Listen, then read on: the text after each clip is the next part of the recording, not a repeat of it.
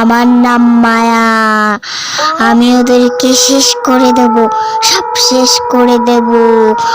ওরা আমার সব শেষ করে দিয়েছে, আমার পৃথিবী সব, আমার মন সব শেষ করে দিয়েছে।